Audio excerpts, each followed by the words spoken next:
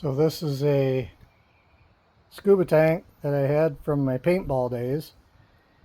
Thank you to High Pressure Pneumatics for the connections. Connects over here directly to the gun, which we got set up here. This is the Airforce Texan LSS with the X-Sight 5. And we are ready to rock and roll today. Got the chronograph as well. That was from my zeroing shots with a 82 grain projectile. And this is a sampler pack that I got from Molly's Lead Shed. We got a mix of both swaged bullets and cast bullets here. And I think today we're going to stick with the lighter weight stuff and then do the heavyweight stuff on another day. So we're going to start off with some 79 grain Terminator hollow points with a flat base, some cup base 100 grain hollow points, and then I'll probably try these cast ones, which we got a 100 grain Stalker hollow point, and then a 110 grain hollow point. And we'll see how the pressure lasts and how everything's going. I might do some of the longer or heavier weight stuff after that.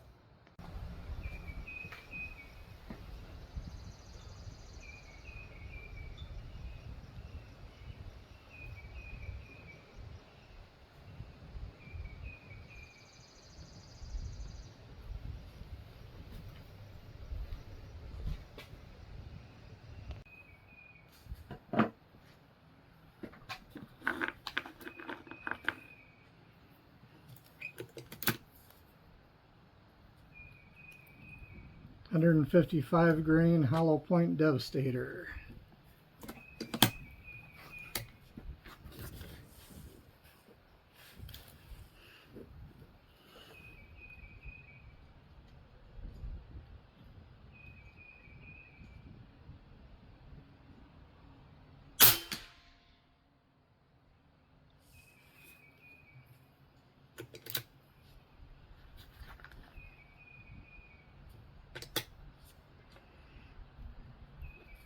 These shoot good.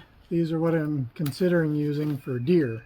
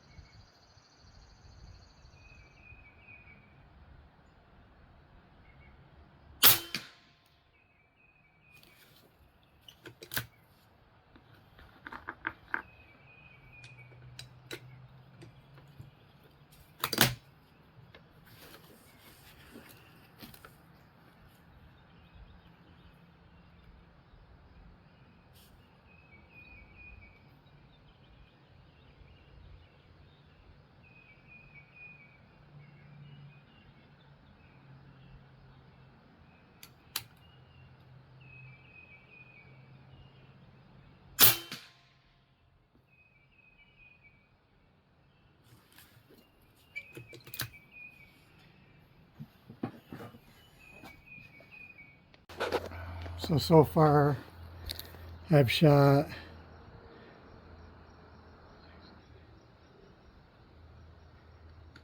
about 17 shots and had almost no drop in pressure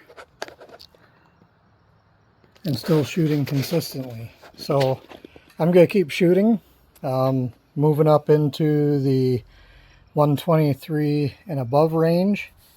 I'm going to keep shooting until start to see a pressure drop. This is why people use a tether, as they call it. When I was playing paintball, we just called it running a remote, even though we didn't have a tank quite this big. But we'd run a line that was in a backpack to the gun, so you didn't have the bulky tank on the gun. But this is tethering, which this is a 3,000 psi tank, which the tank on the gun is 3,000 psi, but this has more volume. So the more volume you have of air, the longer you can shoot and maintain a consistent pressure. So that's why we're doing this. It gives me more opportunity to stay at a consistent pressure and test out and see what rounds my gun is liking and which ones it doesn't like. So far on the Texan LS, there's an adjustment wheel right there. You can see it's open right now. Move this bag down. See that line on there and then the hash marks? The further back that way you adjust that, the more spring pressure you have that impacts the valve. A lot of guys say that you can see I have a silver mark there towards the front. That's where I had that wheel before when I was running the heavier weight, like a 145, 155 grain projectiles. Right now I haven't adjusted it at all. I want to see what these projectiles will do at the same setting. So we're going to keep shooting and see what happens. Incidentally, I'm shooting at 50 yards.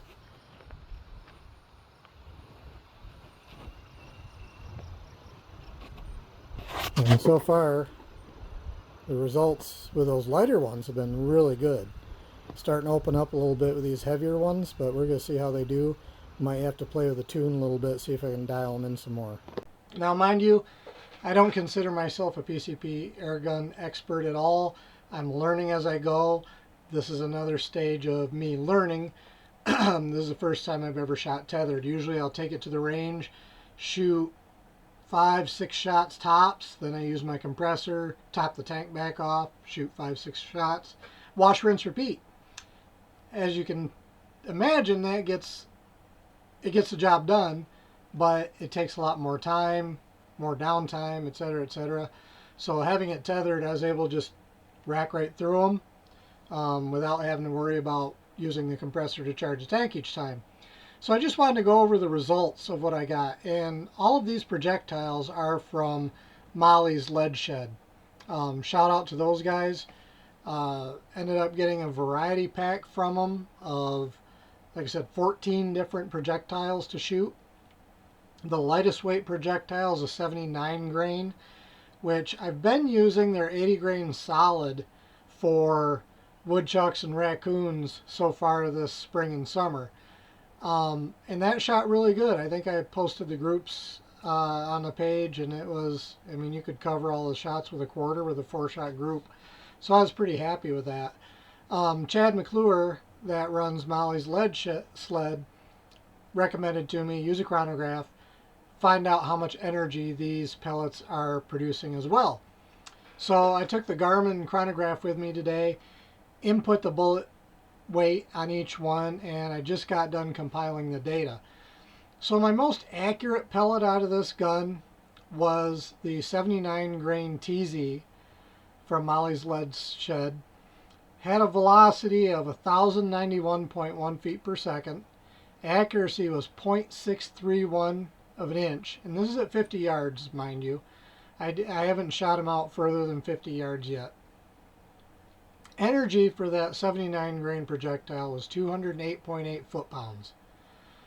The worst accuracy I had out of any of them was the 156 grain puncher, 156 grain projectile, 889.7 feet per second, 274.2 pounds of muzzle energy.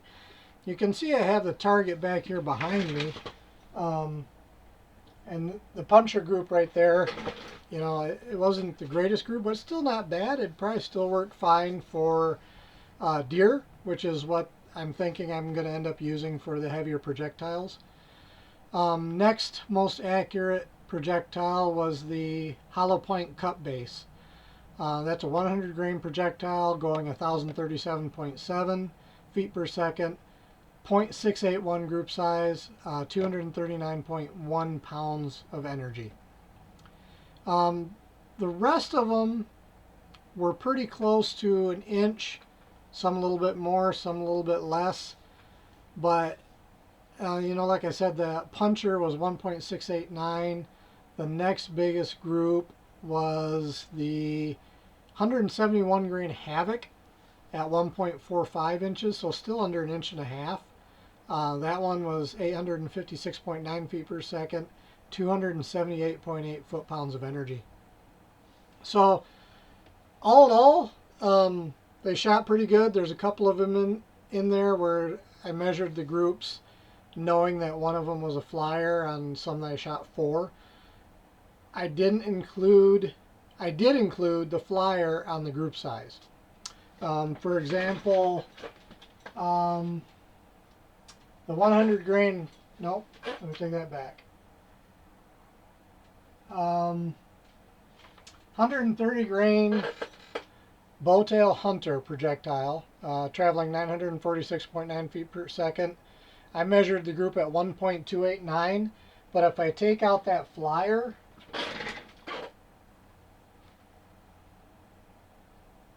it comes down to 1.027. So still, right around an inch. So overall, I'm pretty happy with that. Right now, I'm not doing any long range shooting with this.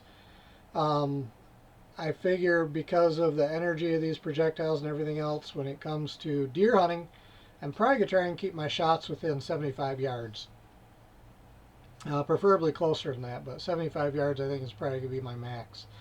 In terms of woodchucks, raccoons, predators, like coyote, fox, etc., I'll probably, try and dial in a load out to 100 yards and see how they perform there at the range before I attempt a shot on game at that range. So today I was shooting the ATNX Sight 5 that I have mounted on that, and check out the video. When I got done, I shot one of the 171 grain Havoc hollow points at a Sprite can. Pretty impressive. Check it out.